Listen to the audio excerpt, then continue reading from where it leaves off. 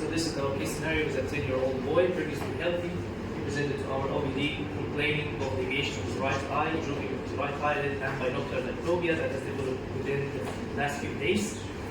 On further questioning, he also has reported gaining a few kilograms and feeling tired all the time with chronic headache and nausea. Denied any previous ocular or systemic diseases or surgeries in the past, no history of trauma, recent fever, or recent immunization, no family history of ocular or neurological diseases.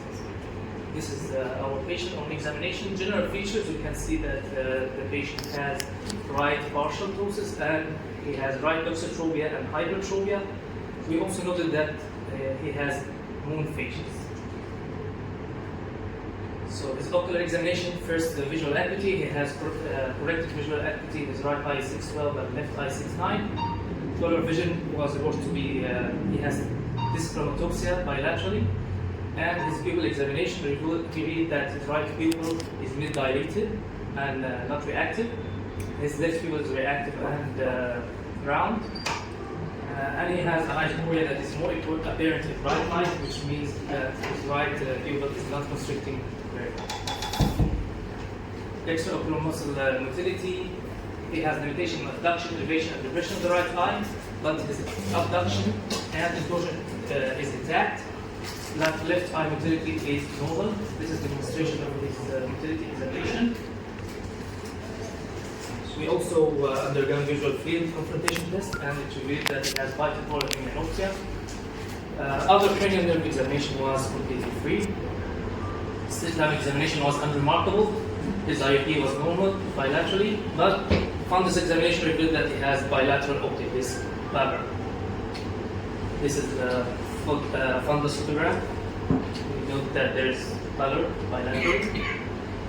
So, what are our findings in this examination? He has right complete oculomotor nerve palsy with pupil involvement, bilateral optic neuropathy, bitemporal hemianopsia, and cushingoid features. So, differential diagnosis is based on these findings.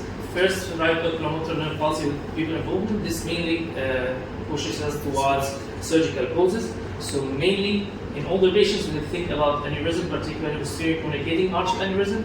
But in younger patients, we will try to look for any intracranial tumor or pathology. Other less common causes are listed. Bilateral optic neuropathy. It also has optic neuritis. So optic neuritis causes could be demyelination, viral infectious, autoimmune, glaucomatous, consecutive. But his physical and history does not point towards any of these. He also has compression of could be compression by tumor or aneurysm, or hereditary, but family history was normal, or trauma, which he did not report. Bitemporal hemianopia.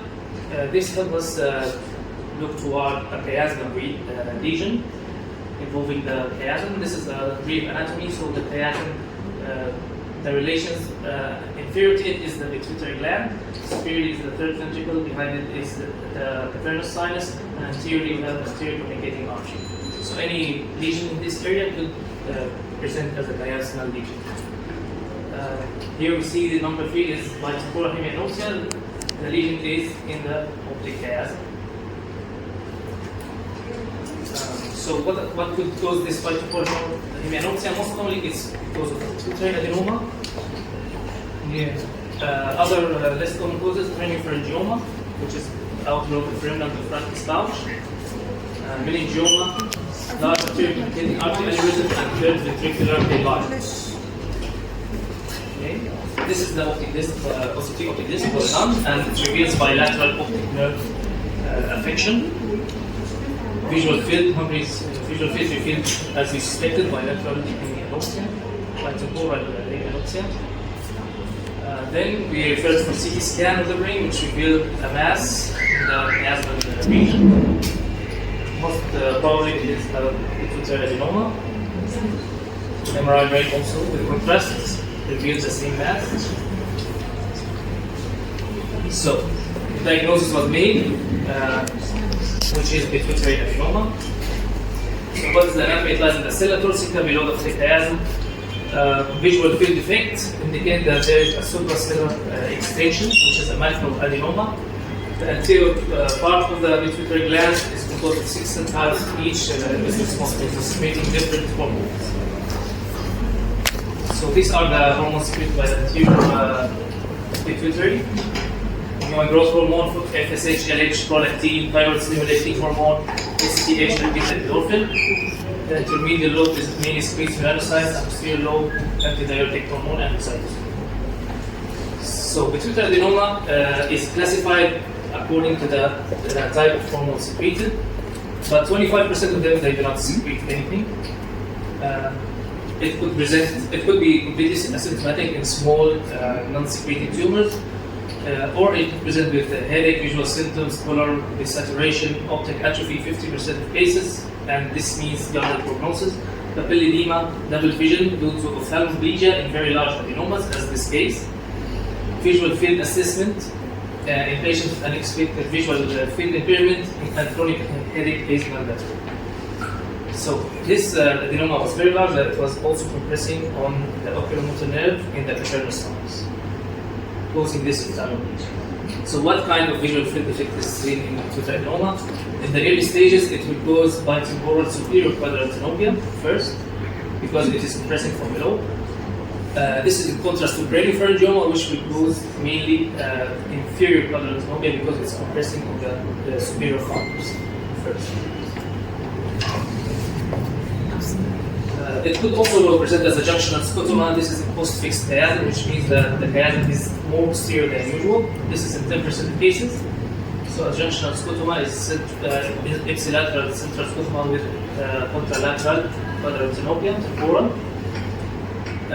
Extraocular muscle varices happens, as we say, because of compression of the very sinus, and it could present with cystostagnus, where both eyes alternate on adduction, elevation and depression. So types of adenoma, according to the prolactin, according to the hormone secreted, prolactinoma usually in women it presents as infertility, amenorrhea, galactorrhea. In men, sexual dysfunction and hypogonadism. But these usually 95% remain as microadenoma. It could also secrete STH, which this will cause a Cushing disease, central twisting amorphase, cutaneous striae, pigmentation, and hypertension. Also, it could secrete growth hormone, which will cause acromegaly in adults and gigantism in children. Another presentation could be a pituitary alopecia. This is an emergency where the pituitary gland has undergone ischemia or hemorrhage inside of it, and this will present with sudden onset severe headache, nausea, vomiting, meningism, and even stroke symptoms. Okay, this is an emergency and prompt hormonal administration and surgical intervention. Investigations is MRI with contrast mainly, and CT, brain, and endocrinological analysis. This is done by endocrinologists. Treatment observation in small lesions. Medical therapy could be started first to reduce the size and the secretion. We use dopamine agonists, muscarinic analogs, and supplementary hormone correction. The main treatment in the large adenomas is the tumor debulking, usually transphemoral. Okay. Radiotherapy is rarely used because of complications. Monitoring is very important for long-term ophthalmological review because to assess the visual function. Visual field improvement is fastest in the early stage of after surgery. So our patient was referred urgently to neurosurgery, and the surgery was done. And this is the pathology report showing suprastellar mass, tumor, consistent with So our take-home messages: always do a complete neurological examination, including pupils and visual field testing in patients presenting with worrying headaches and unexplained cranial nerve pulsing. Visual symptoms could be the presenting sign in these patients. So we have to be very vigilant about this. Focus on the whole story and the whole disease, and not just the